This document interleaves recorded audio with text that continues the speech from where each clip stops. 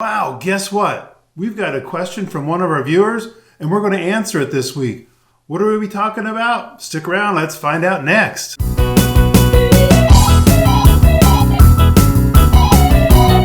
Dave Edwards, Treasure Valley Dave here, and today we're going to be talking about a question that one of our viewers had.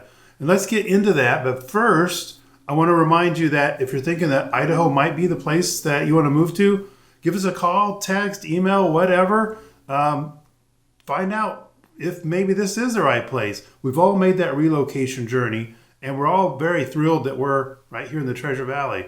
So give us a call, and we'll be glad to talk with you. Maybe it's not where you need to be, and we want to find that out too.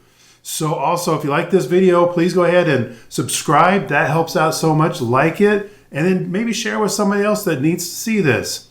All right, so let's get right into it. So today, we're looking at this question that one of our viewers, Brad, has. And, if you're a viewer too and you have questions, please let us know. Put them in the comments down below, email them, whatever. If you have something that you want to know more about, we're so excited to be able to shed some light on that. And one of the reasons I like doing that is because I always learn stuff when I do it. So help me out, make me learn something. All right, so what I've got going here is I've got Brad's questions, and I've got two columns. I've got what Brad has heard on the internet and things like that. And then I have what we have from reality. So let's start comparing these things and see where we end up. So Brad says that the household income in the Boise area is $90,000. And I find that that is pretty close. This says that it's $87,500. So that gives us a monthly income on Brad's column of $7,500 and on my column $7,300. So very, very close. The next thing is though that Brad is saying that you need to spend $600,000 to get a house for this family of four in the Boise area. So my question about that is that really the case?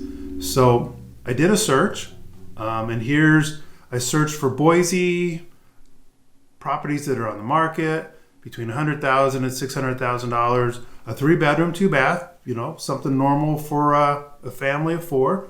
And then I have anything from brand new up to 20 years old. And using that criteria, in Boise, we have 131 returns. So, but the question is, do you really have to spend $600,000? So I did this search here. This is Boise, and we're starting right here at $400,000, 3-bedroom house. And I've weeded out, all the manufactured homes and 55 plus communities, and also condos and townhomes. Those are all taken out. These are actual regular homes, and they're pretty nice. You could easily have a family of four living in any one of these homes, and we're starting at 400, and I don't know, we're up to, let's just pick this one right here. This one's 435. Let's take a look. This one's probably no good, am I right? I don't know. I think a family of four might enjoy living in this place. Looks like a nice living room area there. So I know. It's like sometimes we get into these conversations, they go, well, yeah, but I'd never want to live there because it doesn't have vaulted ceilings. It doesn't have this. It doesn't have that. It doesn't have solid floors throughout. So throw that out. No. It's like, if you have a family of four, you need a home. Could you live here? Answer yes. So I think, yeah, that looks pretty nice. And for 435. So that was pretty nice. Here's another one, 439.9. It's even got a 3-car garage. And that one we were looking at has 4 bedrooms. So it's like, yeah, I think anywhere from 400 up to 450, you can get a pretty nice house, and you don't need to spend $600,000. Alrighty, so let's say that you're even on a bit more of a budget. Let's look over here at, this is over here in Nampa, Canyon County versus Ada County. We're a little bit farther to the west, but you could live in Nampa, a lot of people do, and work in the Boise area. Maybe that means Meridian or out by the airport or someplace, but you could drive that, couldn't you? I mean, if every last stinking penny was precious, I think we could make that work. So what do we have here? We've got the same exact criteria, except it's Nampa, new to 20 years old, 100,000 through 600,000, 3-bedroom, 2-bath. And we end up with 165 homes, as opposed to in Boise, it was just 131. So we even have a few more to choose from. So, but what are those homes? I mean, Canyon County is pretty crappy, right? So here's Canyon County. You can start over here at, $350 for a 3-bedroom, 2-bath house. Yeah, they're a little small, but if every penny was, down to the wire, we could probably make it work. This one's a little bit bigger. This is a nice area here. We moved a family over there, 1,400 square feet. That's not bad.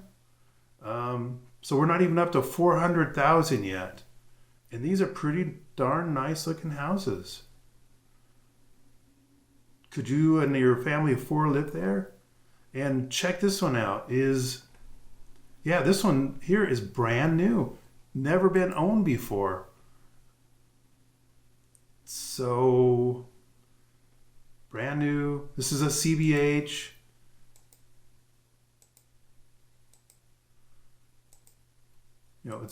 If you've been out looking at houses and a CBH homes, they all have that pretty similar feel on the inside.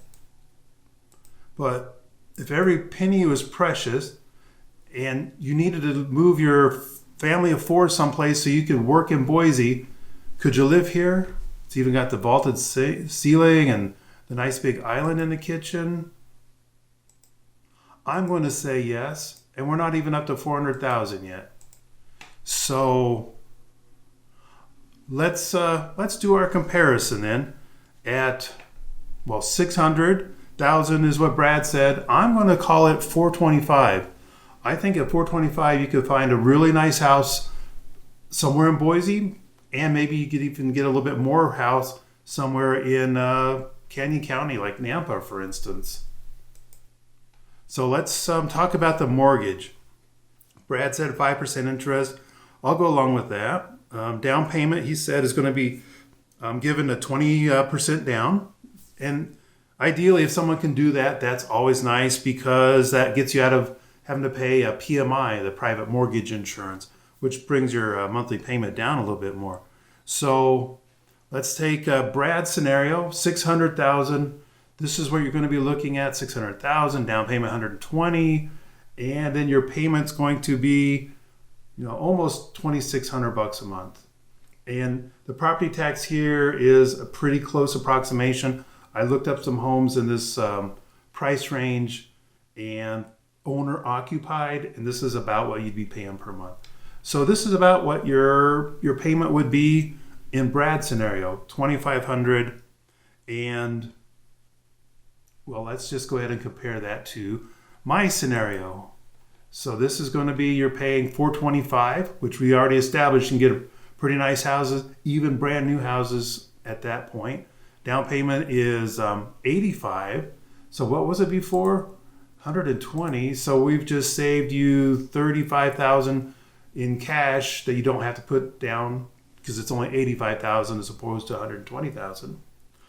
Your payment over here is going to be, did I get that right?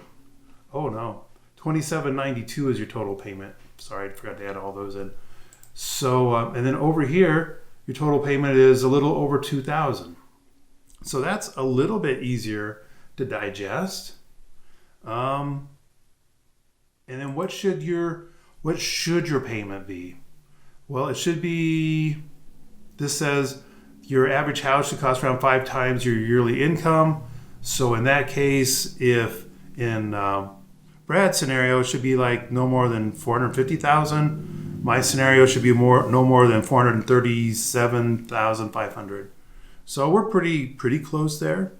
The only thing is that the house in my scenario actually falls under that amount, and the house in Brad's scenario is over that. 600,000 is what he's saying that you have to pay to spend to get a house for a family of 4 in Boise, and for comfortableness, it should be no more than 450,000. And they also say that the rule of 28. So you multiply your monthly gross income by 28%. And so let's go with Brad's, and that is monthly is 7,500 times 28%. And he's saying that we should have no more than a $2,100 payment. And we said that that's going to end up being 28. So that's a little bit over where we should be, right? So let's take my scenario. Let's go 7,300 gross per month times 28%. And that gives us 2,044. And wow, we're right there. 2,041 is what our payment would be in the scenario here for that 425. And like I said, if money is really tight, this house that you're moving into doesn't have to be your forever house. It could be just your house until you get the next pay raise or the better job that brings in more money. And the number we're using is 425. You can see it right there. But we just showed that you can actually come over here to Nampa and get down to the 350 range. I'd go up to like 375 just to have a little bit larger of a house. But still, we just saved another $50,000 to bring your payment down even more. Last thing that Brad brought up was he's talking about that we don't have as many people moving to the Treasure Valley as we used to. He's saying that taking into consideration that Boise is no longer having high or maybe even positive net migration levels, and because we don't have as much demand, the market must cool. And the law of supply and demand, sure, less demand, prices come down. But here in the internet, it says that Idaho's labor market's latest projections anticipate a statewide growth of 1.1% per year over the next 10 years from 2021 to 2031. So that's a pretty good migration level. That's not going down. So I think that's probably just a pretty manageable amount of growth. So our friends over at the Boise Dev, they had this report recently that the Treasure Valley is again one of the fastest growing areas in the United States. Not quite as fast as Coeur d'Alene, but they did say that the Treasure Valley came in at 3.3% growth year over year, 2020 to 2021. And that was 25,687 new residents. And it says that this mirrors a long-term trend where Idaho outpaced the national growth patterns due to people moving in from out of state. But it's even starker this year with the confluence of COVID-19, lower birth rates, and an aging population drove death rates higher than births. So, which I guess that means it's a good thing that we have people moving here to keep our population growing, not shrinking, like they did in Los Angeles, New York, and Chicago, where they had so many more people move away. So what does all this bring us to? Well, it brings us back to this idea that you have to spend $600,000 to live in the Boise area. You can spend less than that and still live in Boise. You can spend less than that and still live in Meridian. You can spend $400-ish and move out here to Nampa. You could be in a brand new house, or you could be in a really nice home that's not all that old with plenty of room for a family of 4 and still be comfortable within the accepted norms of what you spend versus your income. It's not absolutely craziness. So I'm glad I could bring a little bit of clarity and take away some of the hype. And I appreciate Brad bringing this question up, because I'm sure a lot of people just hear the stuff on the news like we saw here at Boise Dev. Oh, population's going up. And we saw this story not so long ago. Oh, Boise's the most overpriced place in the country, or second, or something like that. And, when you sit down and you actually put the numbers to paper, it's not that bad. It's doable. It's within, the normal things that we've always dealt with when we go to buy a house. So thanks for sharing this moment of clarity with me. If you're thinking that Idaho might be the place for you, please give us a call, a text, email. We'd be glad to answer all your questions. And with this video, please go ahead and like and subscribe. That helps so much. And then share with somebody else that might need to see this. Well, that's all we got for this time. Thank you so much. And as always, it's Treasure Valley Dave, looking forward to helping you get home.